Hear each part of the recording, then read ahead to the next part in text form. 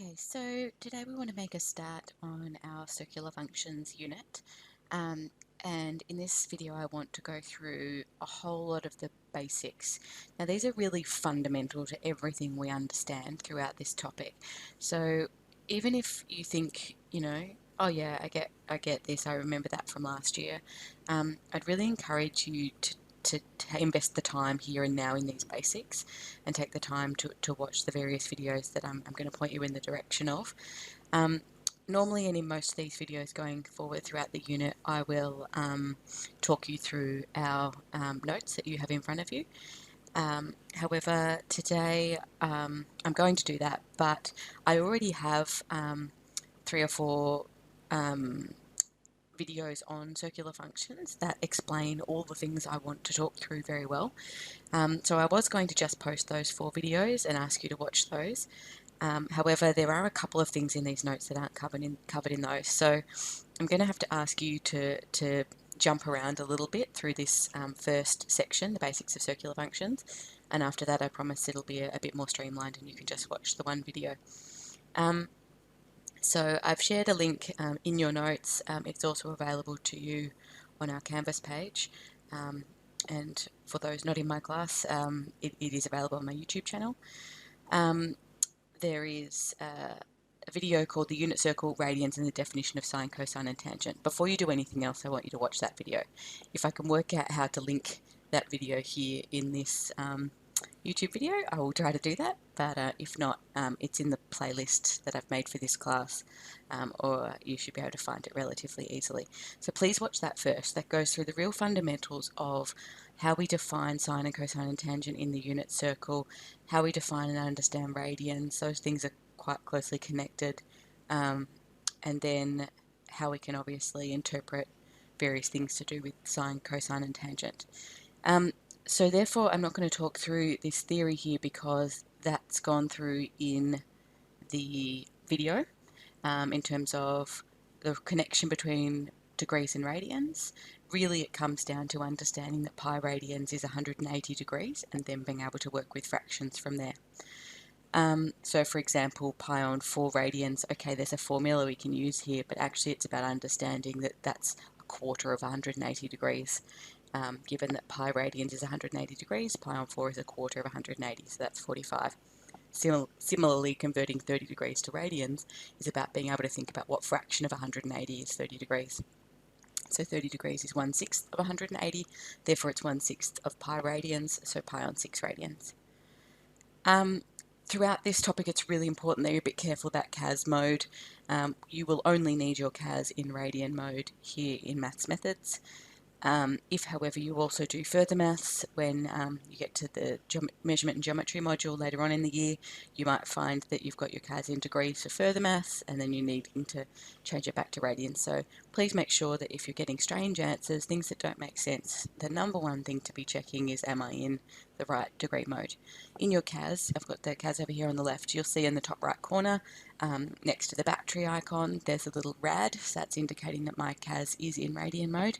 If you want to change that, you literally just click on the battery, document settings, and change the angle mode from radians to degrees. Okay, I'm going to leave mine in radians. Okay, so converting between degrees and radians. After you've watched the first video on the unit circle definitions of sine, cos and tan, I then would like you to watch the video called the graphs of y equals sine x, y equals cos x and y equals tan x.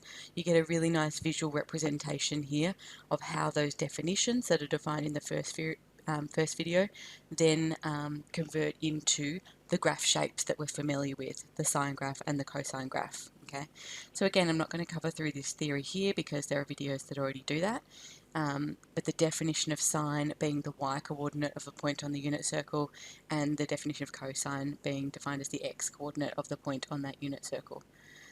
The definitions, as we said, make 2 graph shapes. So the y-coordinate, as we look at how does the y-coordinate change as the angle changes, we get this graph of y equals sine theta. Again, if we look at how does the x-coordinate of a point on the circumference of the unit circle change as the angle changes, we get this graph y equals cosine x. Please, I encourage you to have a watch of this video. You get a really nice, clear visualization of that. Okay, so once we have an understanding of the graphs, the definition in the unit circle, we should be able to evaluate sine, cos, tan for any, well, we'll talk about tan in a minute, but for now, sine and cos for any multiple of pi on 2. And it's really about just being able to identify where in the unit circle are we. Okay, so for example, I'm just going to draw myself a little unit circle over here on the right. Sorry, just let me adjust that pen. So when I would say to you, when you are working with trig functions or circular functions, you really should be drawing a lot of unit circles. Okay, a lot of what's going on here when you're solving an equation, when you're trying to identify exact values of sine, cos, or tan, you really need to be able to visualize what's happening. Please encourage you to draw some unit circles. So sine of negative 3 pi on 2. So first of all, it's about understanding where in the unit circle is negative 3 pi on 2. Okay, so if you watch the video talking about using fractions of pi, so negative angles mean we go in a clockwise direction from the positive x-axis. So it's negative pi on 2, negative 2 pi on 2, negative 3 pi on 2. Okay, so this is the position here of negative 3 pi on 2. We're interested in sine of negative 3 pi on 2. Sine is the y-coordinate at this point, and the y-coordinate at this point is 1. Okay, I'm just going to delete those.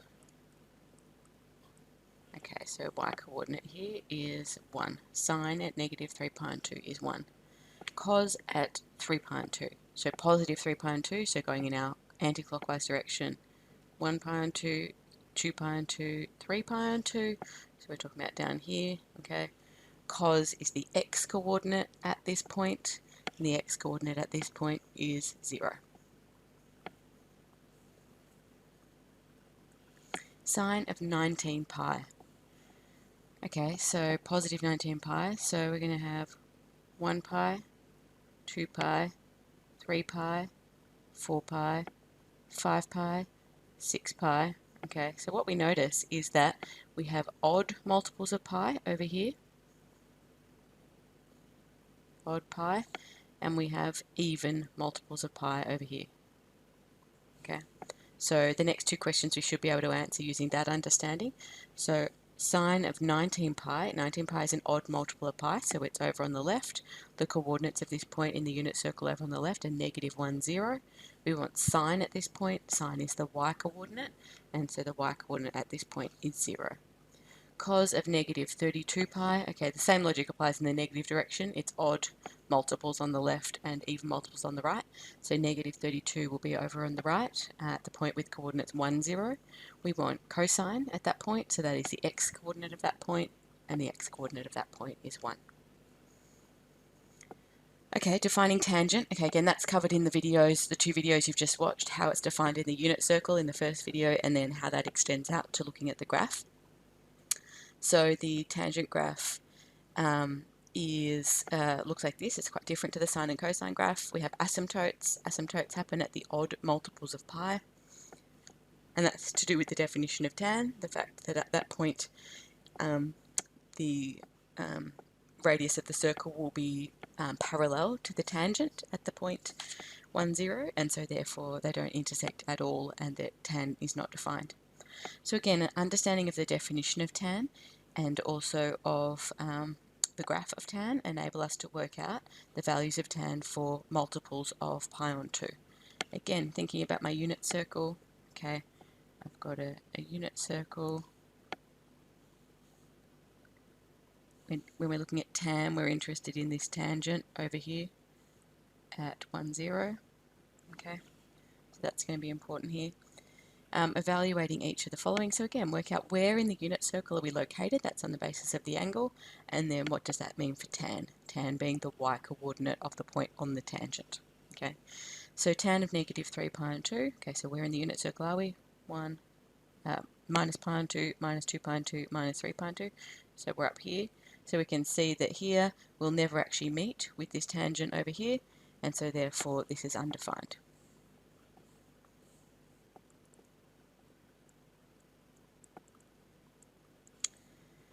Okay, so tan of 8 pi. All right, let me just get rid of those for a second. Oh, sorry. Okay, so tan of 8 pi, again thinking about even multiples of pi are over here. Okay, so tan is the y coordinate at this point. The y coordinate at this point is clearly 0. Okay, so again, your physical notes have links to those 2 videos as well, so you could use your phone and your camera to get to the 2 videos. So I encourage you to watch those 2 videos to start with. Okay, then we want to talk about some symmetry properties. Now these aren't covered significantly in the 2 videos, so this is where I do want to talk through a bit more theory. So if you've watched the 2 videos, you'll understand that cos theta is the x-coordinate of a point on the circumference of the unit circle at an angle of theta. Sine theta is the y-coordinate of that point. The whole thing's a circle, so there's a huge amount of symmetry that applies to the trigonometric functions. Right, so if we think about, in our unit circle is divided into 4 quadrants, the first quadrant being the top right, where x and y values are positive, and then we go in an anti-clockwise direction in the same way that we travel around the unit circle. So second quadrant over here in the top left, third quadrant bottom left, fourth quadrant bottom right. Okay, so we know about what's happening in the first quadrant, and the whole idea of working in the unit circle with our trig functions is being able to translate what we're trying to calculate back to the first quadrant of the unit circle, where we're going to learn some facts about the first quadrant of the unit circle that we can then apply out to the other quadrants using the symmetries.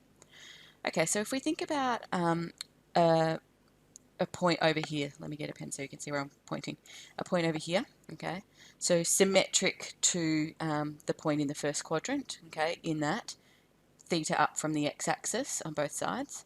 So they're going to have the same y-coordinate. So the y-coordinate over here is also sine theta, but the x-coordinate will be negative cosine of theta. Okay. Now the other thing to understand, I skipped over back here, but when we talk about the definition of sine, cos and tan in the unit circle, we can use some similar triangles here to look at the fact that BC, so sorry that B's moved, that B should be there. Okay, so BC, so this length divided by OB, this length is the same as AP divided by OA. Okay, so we get those similar triangles, and therefore in the diagram we know that BC, that is tan of theta.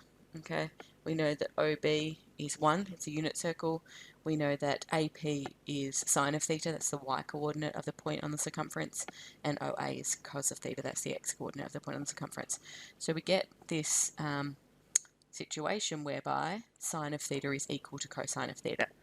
So that allows us to, we can use that in our unit circle here. So if we know, so first things first, this angle all the way around here is pi minus theta, okay?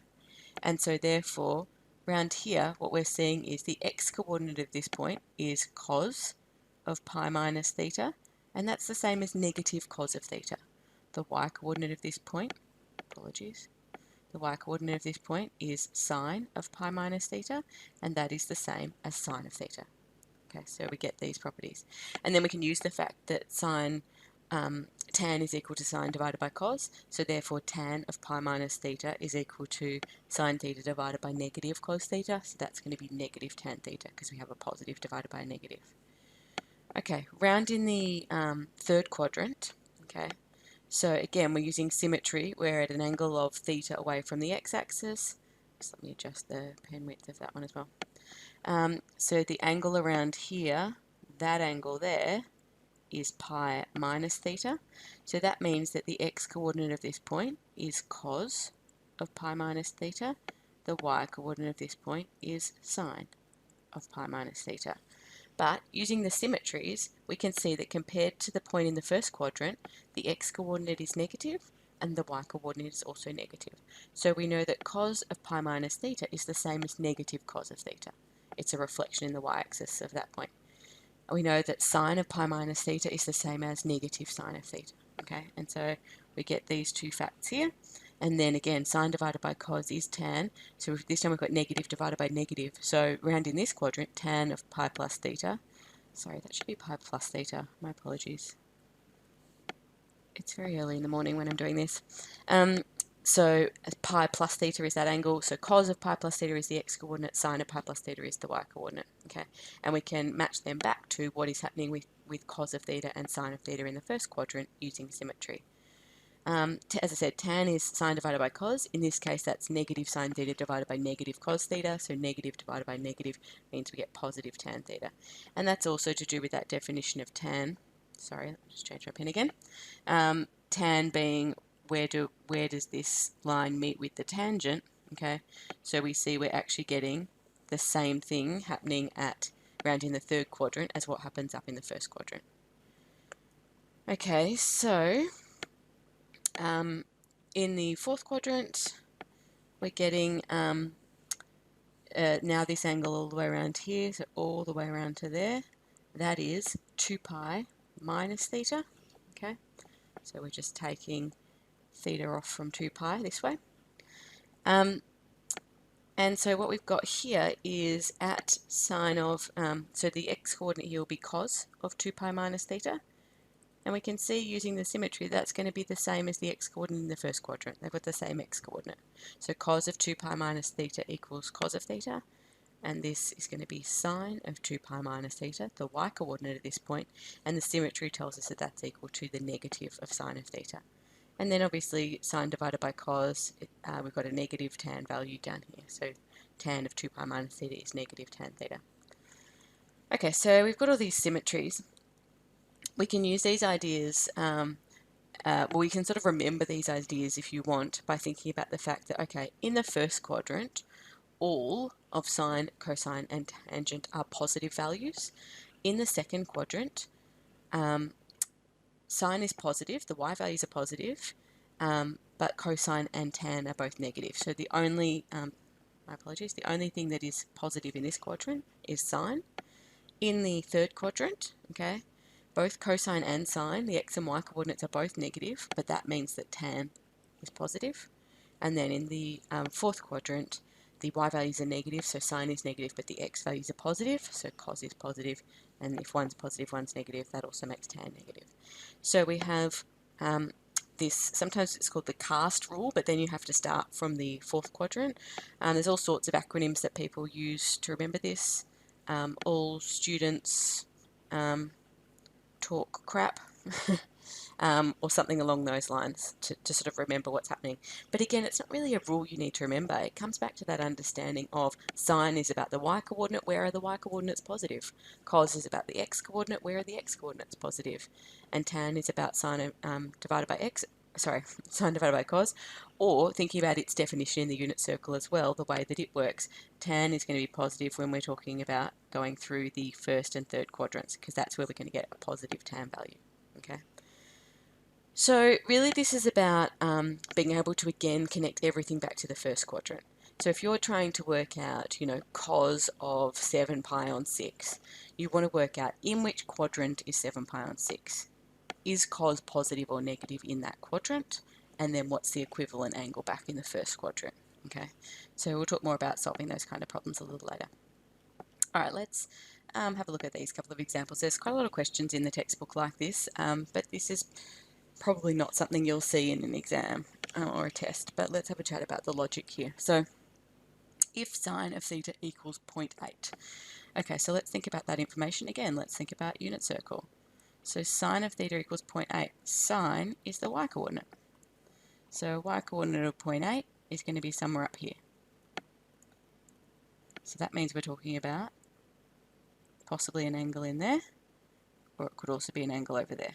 Okay, we'll just make the symmetry will mean it's the same thing. So let's again, it's always easier to work from the first quadrant. Let's assume, so just so we've got a pictorial representation of what's happening, that we're talking about this angle here.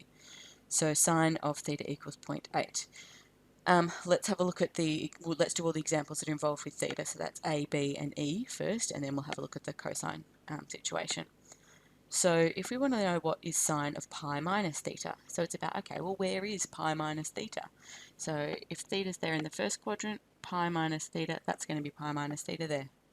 That angle around there is pi minus theta, because this up here is theta. Okay.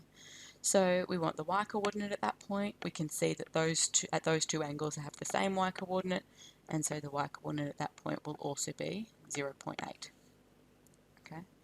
All right, sine of 2 pi minus theta. Let me just get rid of some of the stuff out of here. Oh. Sorry. Okay, so sine of 2 pi minus theta. So 2 pi minus theta is around in the fourth quadrant. Okay, so 2 pi is back at the positive x-axis. 2 pi minus theta will be down here. Okay, and so what we see here is that the sine value, or the y-coordinate down here, will be negative 0.8. Okay, so sine at 2 pi minus theta is going to be negative 0.8. So again, you can be thinking about your cast rule. 2 pi minus theta is in the fourth quadrant. Is sine positive or negative in the fourth quadrant? But really, it's just about symmetry. So you don't need to rely so much on rule. Let's jump to E while we're talking about theta, and then we'll have a look at the cosine ones. Okay, so in E we want sine of negative theta. Now actually that's in the same position that we just looked at then. So negative theta, negative angles mean we travel in a clockwise direction. So that's going to be negative theta there. Y coordinate there is clearly negative 0.8 again. Oh, sorry, negative 0.8. Okay, let's have a look at the cosine ones. So we know that cos of alpha is 0.4. So again, let's think about the fact that cos is the x-coordinate. Okay, so we want to know where have we got an x-coordinate of 0.4. Okay, x equals 0.4. So again, let's just, for our example, let's just think about it being in the first quadrant. It just makes the logic a bit easier. The answers will be the same, but it's a bit harder to use a different quadrant as the starting point. Okay, so, sorry, it's not theta in this instance, is it? It's alpha. Okay, so that's alpha there. So let's have a look at the problems involving alpha. So this time we want cos of pi plus alpha. So pi is around here at the negative x-axis. So pi plus alpha will be down here. Okay. Cos is about the x-coordinates. The x-coordinate over here would be at negative 0.4. Okay. We're going to have this symmetry. I haven't drawn my graph very symmetric, so apologies for that. Okay, then we want 2 pi minus alpha. Right. 2 pi minus alpha. So 2 pi minus alpha will be in the fourth quadrant. 2 pi minus alpha, so down here. Let me draw that so it actually goes through my slightly crooked line. It's going to be here. Okay, and so these will have the same x-coordinate. So cos will also be equal to 0.4. Cos of negative pi plus alpha. Okay, so thinking about where is negative pi plus alpha. So negative pi is going to be around this way. So negative pi around here. And then plus alpha means we're going to come back this way. Okay. So negative clockwise, positive anti-clockwise. So we're going to be around here again. The x-coordinate around here is the negative of what it is in the first quadrant. And so this will be negative 0.4. Okay, find correct two decimal places all the values of x between 0 and 2 pi for which sine of x equals 0.8. Okay, so again, sine of x equaling 0.8, let's think about our unit circle. Okay. Sine is y-coordinate, so we're looking at where is y 0.8. So there's going to be two positions in the unit circle between 0 and 2 pi where we have an angle of, where the sine value is 0.8.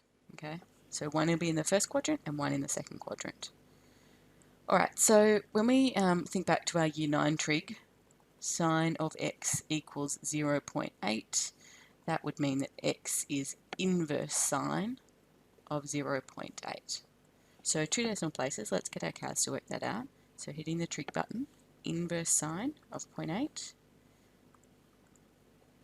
Okay, two decimal places, that's 0.93. My apologies, 0.93. So that angle is 0.93 radians. Okay.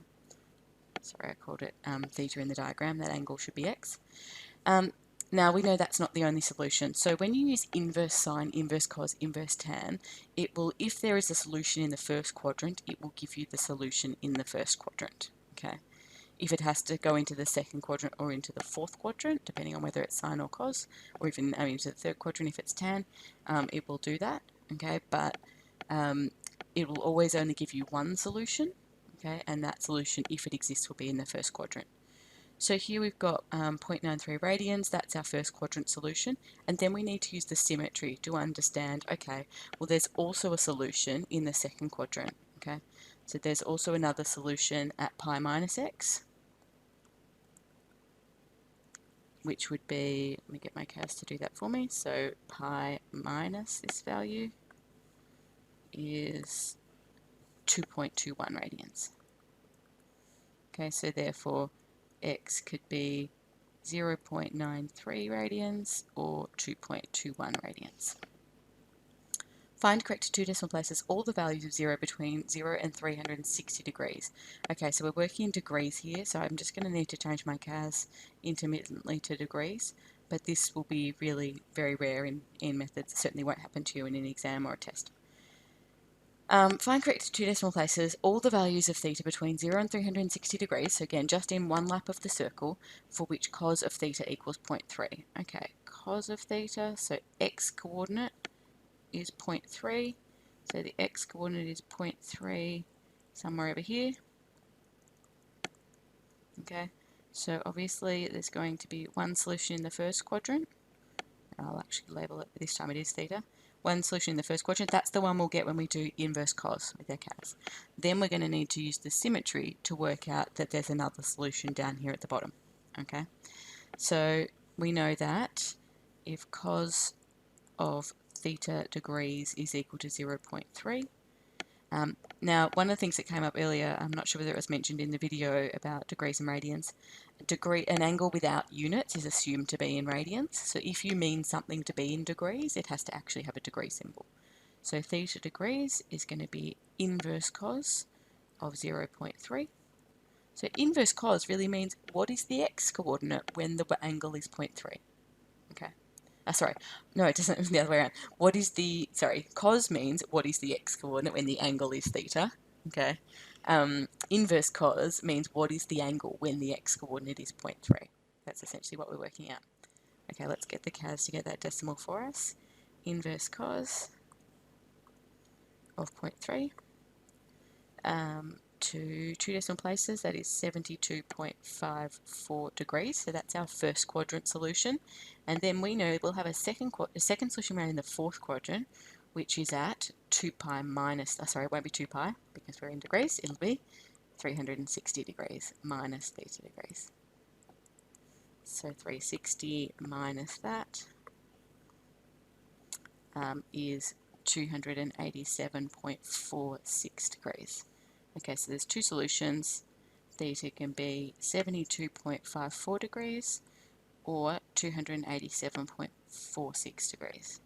Obviously there's infinitely many solutions to this equation, but we were asked to find all the solutions between 0 and 360, and we can see that there are 2 points in the unit circle where we will get a x coordinate of 0.3, and so two solutions between 0 and 360.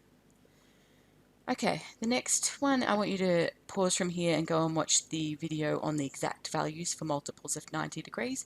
Again, this comes back to our definition of sine and cosine and tangent in the unit circle, or also our understanding of the graph. I'm going to fill these in fairly quickly because it actually goes through this very carefully for you in the video. It literally fills out this table, so you can watch the video and fill it out from there. So sine of 0 is, so y coordinate, do all the y coordinates. Y coordinate at pi on 2 is 1, at pi is 0, and at 3 pi on 2 is negative 1. Cos is the x coordinates.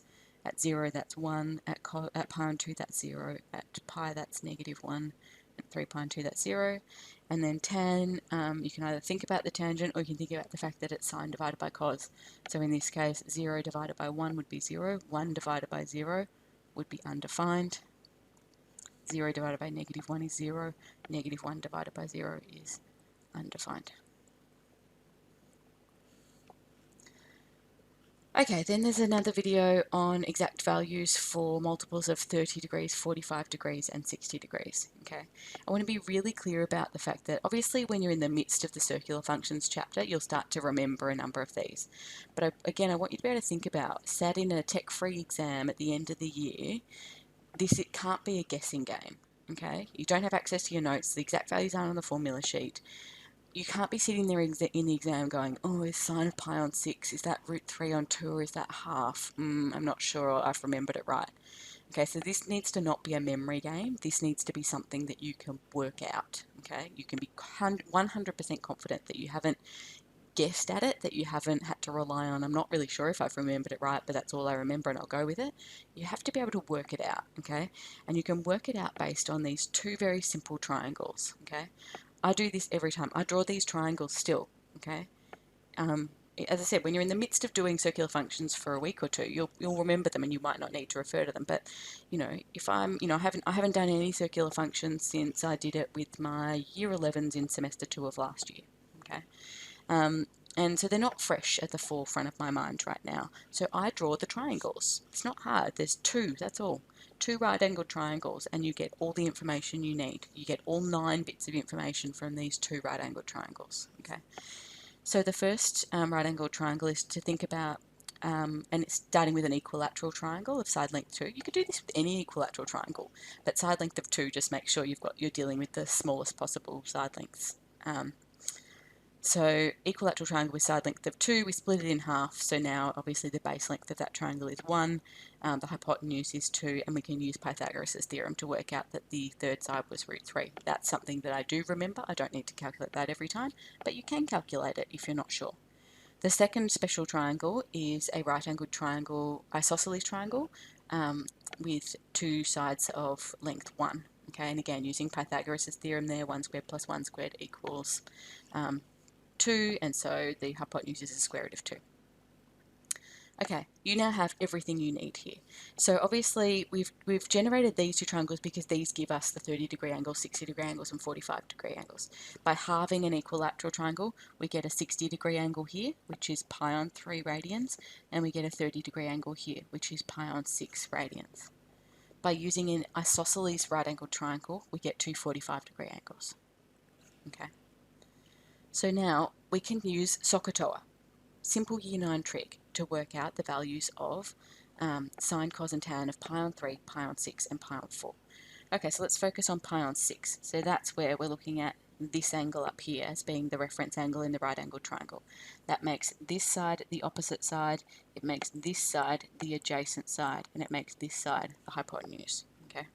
So sine of pi on 6, sine is opposite over hypotenuse, so sine of pi on 6 is going to be 1 on 2. Cos of pi on 6, adjacent over hypotenuse, root 3 on 2. Tan of pi on 6, opposite over adjacent, 1 on root 3. Okay, so now we'll focus on pi on 3. So now this time we're interested in pi on 3 as being the reference angle. That makes this side over here the opposite, that makes this side down here the adjacent, and it makes this side the hypotenuse. Okay, so sine of pi on 3, so sine is opposite over hypotenuse, so root 3 on 2. Cos of pi on 3, 1 on 2. Tan of pi on 3, opposite over adjacent, root 3 over 1, so just root 3. Okay, then we go to the second triangle for the 45-degree angle problems. Okay, so here you've got your 45-degree reference angle. Obviously you could use the other one as well, it's the same. So in this case, this is the opposite, this is the adjacent. I would say that the 45-degree angles I do know because there's less variation with those. But this triangle, the 30-degree and 60-degree, the half an equilateral triangle, I draw that frequently. This isosceles right angle triangle, I don't usually need to draw that out. It's only going to be 1 on root 2 or 1. So I tend to know those ones. So sine of pi on 4 is the opposite over hypotenuse, so 1 on root 2. Cos of pi on 4, adjacent over hypotenuse, also 1 on root 2. Tan of pi on 4, opposite over adjacent, 1 over 1, so that's 1. Okay. Now also worth noting that sometimes you'll get these values, exact values expressed with rational denominators. You don't have to, okay, there's no, in methods we're happy enough for an answer to be given as 1 on root 2 or 1 on root 3, but so that you're familiar with them, obviously if we multiply both the numerator and denominator here by root 2, we would get root 2 on 2. Okay, so they're just recognizing that they're the same thing. If we multiply numerator and denominator down here by root 3, we get root 3 on 3. Okay, so just recognizing that they give you the same value. Alright, so exact values for 30 degrees, 60 degrees, and 45 degrees. So as I said, special triangles is how I go about it because it doesn't rely on me remembering, it relies on me being able to figure out. And so therefore that's a much more sustainable way to know them. When I'm in an exam, I can work it out and I'm not guessing, I'm 100% confident that I've got it right. Okay. Here's a summary of the exact values. So obviously now we've just learned about all these things happening in the first quadrant. That then obviously applies around using symmetry into the second quadrant, into the third quadrant, and into the fourth quadrant. Okay. I don't want you to just sit with a diagram like that in solving problems though, because again, you're not going to have that diagram with you. You have to be able to work out these values. But you can see what I'm talking about here. Obviously in the second quadrant, all of the x coordinates are negative, the y coordinates remain the same. Third quadrant, both coordinates are negative, and in the fourth quadrant, it's the y coordinates that are negative and the x coordinates remain the same. You can also create a table of values. A lot of students tend to sit this beside them while they're doing these problems. Again, I would encourage you not to. I would encourage you to not be sitting with just a table that you're referring to, because you won't have that in a tech-free assessment. You need to be able to work these out. Okay? If you do not know your exact values, everything else falls apart. So you really do need to practice these and practice being able to generate them yourself. Now I've set up this table in a particular way because there are patterns in the table, but again, you've got to remember to set it up right, okay? Sine, cos, and tan in the columns, increasing angles, so 0, pi on 6, pi on 4, pi on 3, and pi on 2. If you do that, then looking at the sine values, there's a nice pattern to them, and the reverse pattern happens with the cos values, okay? So if you think about it as root 0 on 2, root 1 on 2, root 2 on 2, root 3 on 2, root 4 on 2, you get all the values. Obviously, you wouldn't write root 0 on 2 as root 0 on 2. It would simplify to 0, but just so there's a nice pattern that you can see in the table. Then in the cosine column, it's in reverse, okay? Root 4 on 2, root 3 on 2, root 2 on 2, root 1 on 2, root 0 on 2, which simplify to all the values. And then you can work out the tan values by doing the sine value divided by the cos value. So for example, this value here is going to be sine, which is a half, divided by cosine, which is root 3 on 2. So that's going to be half times 2 on root 3, and so that's going to be 1 on root 3. Okay, and you can do the same for the others. Again, try to avoid sitting with these diagrams next to you. I put them here for reference, but make sure you have a way that you're going to be 100% confident that you can work out your exact values in an exam. Okay, I think to finish off, I think it's probably nearing the end of the section. Let's just work out sine, cos, and tan for some angles in our unit circle. And again, it's all about the unit circle. Okay, so tan of 5 pi on 4. That is about working out where is 5 pi on 4. Your fraction work needs to be really good for circular functions, okay? So in my head, what's happening in my head, I'm thinking 5 pi on 4 is really close to 4 pi on 4, right? And 4 pi on 4 is pi. Okay, so that's 4 pi on 4. This is 1 pi on 4, 1 pi on 4, 2 pi on 4, 3 pi on 4, 4 pi on 4, 5 pi on 4, okay? So this is where we are down here, in the third quadrant. Okay, so in the third quadrant, I know that tan is positive. Okay, this is going to be the same as the positive of tan of pi on 4. Okay, so again, it's about being able to relate it back to what's happening in the first quadrant. What do I know about tan of pi on 4? I know my exact values, or if I don't know my exact values, I'm popping in my triangle that's about pi on 4, and I know that tan of pi on 4, opposite over adjacent, tan of pi on 4 is 1. Okay. Okay, cos of negative 13 pi on 3. Okay, so it's again about first of all working out where's the nearest whole number to 13 pi on 3. So I'm thinking about 12 pi on 3. So 12 pi on 3 is 4 pi. Okay, so negative 4 pi is around here. Okay, that's negative 12 pi on 3, which is negative 4 pi. Okay, so we want negative 13 pi on 3. So remember, negative is when we're going in a clockwise direction. So this was, 2 pi, 4 pi, we're going this way, okay? So that's negative 12 pi on 3, and then we're going to need to go 1 more pi on 3 past here. Okay?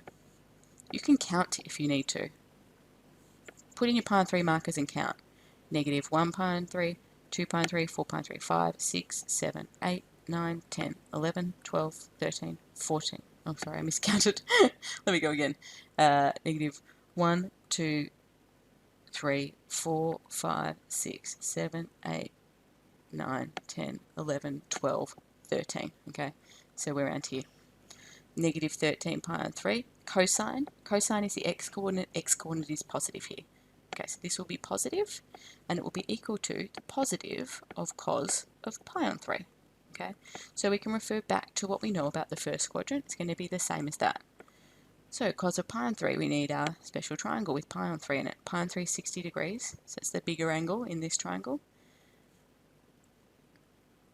Okay, so cos of pi on 3, adjacent over hypotenuse, half. Sine of 240 degrees. Okay, so switching our brains to think about degrees. So 240, I'm thinking that's a multiple of 60, so maybe I might just count. So I've got 60 degrees, 120 degrees, 180 degrees, 240 degrees around here. Okay, so that's 240 around there. Before 270 degrees, after 180 degrees. So in the third quadrant. Sine is negative in the third quadrant, so this will be the negative of sine of 60 degrees. Okay, so we've got that symmetry to 60 degrees. This is 60, 120, 180, 240. So negative sine of 60 degrees. Okay, again, we need our same special triangle. 60 degrees is this angle here. There's my right angle. It's half of an equilateral triangle with a side length of 2. Okay, so sine of 60, sine is the opposite over hypotenuse, so this is negative root 3 over 2. Alright, and then we've got cos of negative 330, so negative 330, remember we're going in a negative direction, so we're going around this way. We're not quite going 360 degrees, we're going to a point where that's 30 degrees left in there. So this actually is in the first quadrant. This isn't just symmetrically equal to, this is actually equal to, it's on the same position. This is actually equal to cos of 30 degrees. And again, if we go, we've already drawn the triangle up here, if we have a look at the triangle in part C, 30 degrees is up the top there, cos of 30 degrees adjacent over hypotenuse, so this is root 3 over 2. Okay, some further symmetry properties. I don't want you to worry too much about these don't come up very often, but again, obviously there's symmetry around the y-axis, not just around the x-axis. So in the diagram below, label the coordinates of P, Q and R in terms of theta. Okay, so P is obviously, the x-coordinate is cos of theta, and the y-coordinate is sine of theta. Okay, then we want to think about the fact that the blue triangle and the green triangle are congruent. They're the same, okay?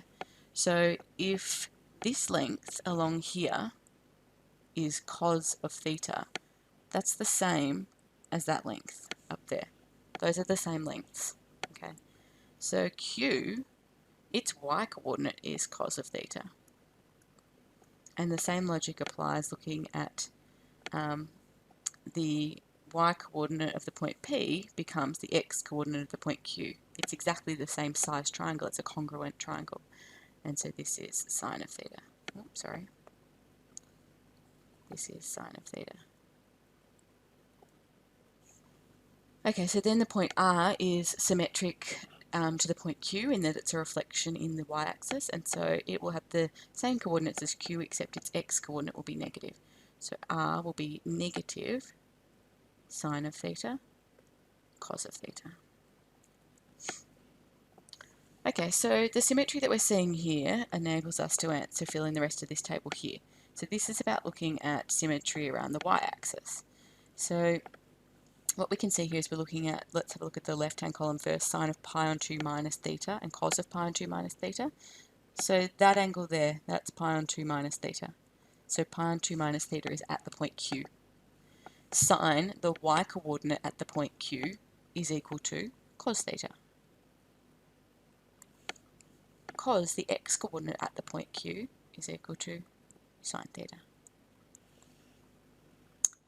And then if we look at the other position, so at pi on 2 plus theta, so that's around here. So sine of pi on 2 plus theta is the y-coordinate at this point, and that's cos of theta. and cos of pi on 2 plus theta is the x-coordinate at this point, and that is negative sine of theta. Okay, so we should be able to use those properties to answer these questions. So sine of pi on 2 plus alpha is the same as, if we have a look at our table above, it's the same as cos of alpha. And in the question we're told that cos of alpha is 0.8. Cos of 3 pi on 2 plus alpha. Okay, so this is where we might need to do some thinking ourselves. We haven't got that in the table, but again, it's about the symmetry. So, cos of 3 pi on 2 plus alpha. So, if we've got a unit circle, we know about cos of alpha. We're told in the question that cos of alpha is 0.8. Okay, so that means x coordinate is 0.8. Okay, so maybe around there.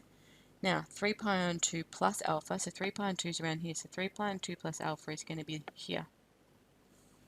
Okay, so we're interested in cos at 3 pi on 2 plus alpha, so we're actually interested in, so interestingly, we're going to need the sine value, aren't we? So if we have a look in the first quadrant, we know that cos of alpha is 0.8, so that means the x-coordinate is 0.8. We also know that sine of alpha is 0.6. Okay, so that's what we've got happening here. So if we want to think about this point down here, this would have the x-coordinate of the point in the first quadrant becomes the negative, in this case, y-coordinate of this point in the fourth quadrant. Okay, so this is negative 0.8 down here, and this is 0.6 as the x-coordinate rather than the y-coordinate. So thinking about that symmetry, so cos at 3 pi on 2 plus alpha is the x-coordinate at 3 pi on 2 plus alpha, and we can see from that diagram we've just drawn that that is 0.6. Okay, so it's going to be the same as sine of alpha, which is 0.6. Tan of pi on 2 minus alpha. Okay, so tan of pi on 2 minus alpha is going to be sine of pi on 2 minus alpha, alpha over cos of pi on 2 minus alpha. Okay, we've already done these ones, so having a look in our table, that's going to be the same as cos of alpha over sine of alpha. And we know that cos of alpha is 0.8 and sine of alpha is 0.6. And we can never leave decimals in fractions. Multiplying the top and the bottom by 10, 8 on 6, and then simplifying 4/3. Right, the last thing we want to have a look at is the Pythagorean identity. So again, this is about coming back to our unit circle definition of sine, cos, and tan. If we have a look at this blue triangle we've got drawn here, we know that the y-coordinate of the point, we'll call it P if we need a reference, y-coordinate of that point is sine of theta, provided that's theta in there. We know the x-coordinate of that point, it's a right angle triangle, is cos of theta, and we know it's a unit circle, so the hypotenuse length is 1. So we have a right angled triangle here, and we can use Pythagoras' theorem. So we know that sine of theta squared plus cos of theta squared equals 1 squared. Now when we write sine of theta all squared, we have a way of writing that. Mathematically we write that as sine squared theta, and we write that as cos squared theta. But I want to be really clear about the fact that sine squared theta means sine of theta all squared. Okay, you can't just square sine, it's an operation. So it does actually mean the first line, but we write it as in what you're seeing in the second line there. So being clear about that. If you want to enter that into your CAS, sine squared theta, you can't type sine squared theta, you have to write sine of theta all squared. You have to actually say what it means. Okay, given that sine of x is equal to 3/4, and x is between pi on 2 and pi, so that's the second quadrant, we want to find cos of theta and tan of theta. Okay, so we've got a relationship here between sine and cos. The Pythagorean identity gives us that. So Pythagorean identity, so that's this here, allows us, if we know what sine of theta is, we can work out what cos of theta is. Okay, so Pythagorean identity tells us that sine of, I'm going to change it to x because this equation is about x, all squared plus cos of x all squared is equal to 1. So we know in this case sine of x is 3/4. So that's 3/4 squared plus cos of x squared equals 1. So 3/4 squared is 9/16.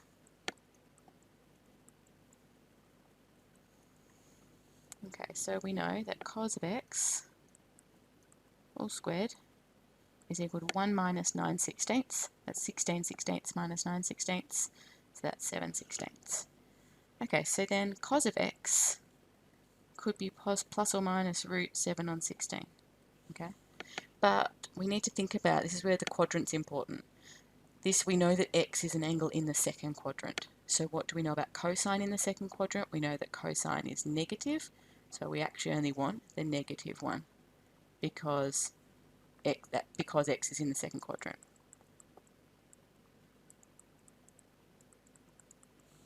Okay, and so that means that cos of x is going to be negative root 7 on 4.